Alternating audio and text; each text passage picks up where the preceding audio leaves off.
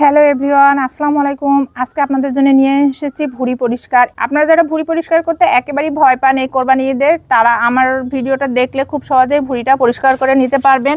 এটা কিন্তু সম্পূর্ণ ময়লা আছে, এই যে কালো কালো ভিতরে যে গরুর খাবারের যে জিনিসটা, সেটা কিন্তু এর ভিতরে রয়েই গেছে।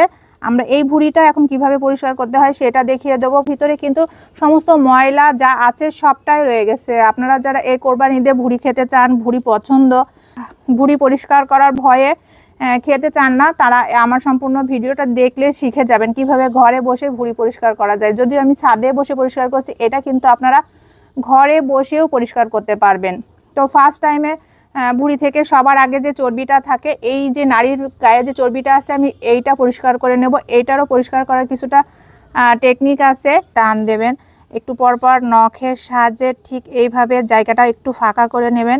ঠিক এইভাবে ধরে এইভাবে টান দিবেন, ডান হাতে ধরে বাম হাতে একটু আলতো করে, সহজে চর্বিটা আলাদা হয়ে যাচ্ছে। এই যে খুব সহজে এই যে ভুঁড়ি থেকে চর্বিটা আলাদা হয়ে যাচ্ছে।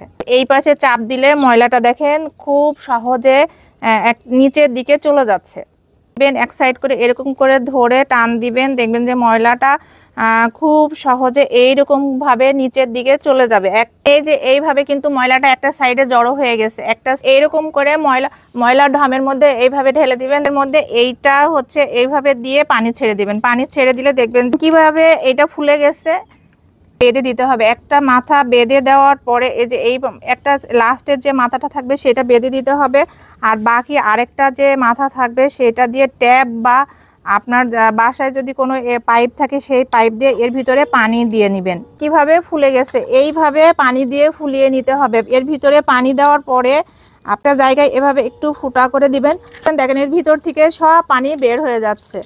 এর ভিতর থেকে আপনি একদিক দিয়ে ট্যাপে পানি দিবেন, আর দেখেন নাড়ির ভিতরে যত ময়লা আছে এই পানি দিয়ে সব বের হয়ে যাবে।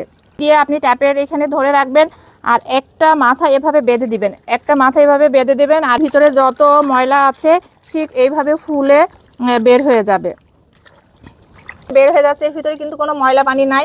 ফার্স্ট টাইমে ময়লা ছিল। এই যে এইভাবে আপনারা খুব সহজে ভুঁড়ির ভিতর থেকে যত ময়লা আছে বের করে নিতে পারবেন। এইটা কিন্তু ঘরে বসে করা যাবে।